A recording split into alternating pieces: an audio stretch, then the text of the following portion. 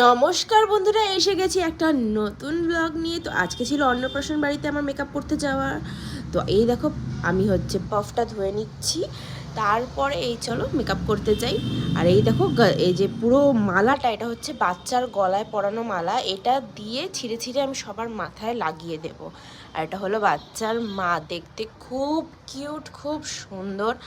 আর ওনার hair একটু কম ছিল, যার জন্য একটু ফোলাতে বা একটু শেপ দিতে একটু আমার অসুবিধা হয়েছিল, যেহেতু ওনার হেয়ার লেন্থ খুবই কম আর হেয়ার গ্রোথও খুবই কম।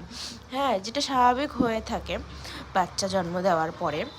আর এটা হলো বাচ্চার দিদি, সেও ছিল খুব কিউট। সে আমার কাছে এমনি সাজে, অন্য অন্য প্রোগ্রামস থাকলে, ওর নাচের বা ওর কোথাও যায় পার্টি থাকলে পরে ওর মা আমাকে ডাকে, তখন ওদের দুজনকে আমি সাজিয়ে দিই।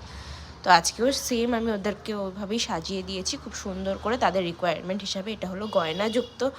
গয়না পরে আসার পরে ফেসটা কেমন লাগছে দেখো, সবাই কমেন্টে জানাবে আমার সাজানোটা কেমন লাগলো।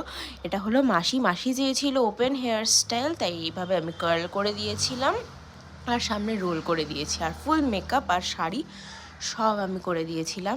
কেমন লাগছে কমেন্টে নিশ্চয়ই জানাবেন বন্ধুরা। আর এইটা হলো জেঠিমাও ছিল খুব কিউট আর খুব সুন্দর।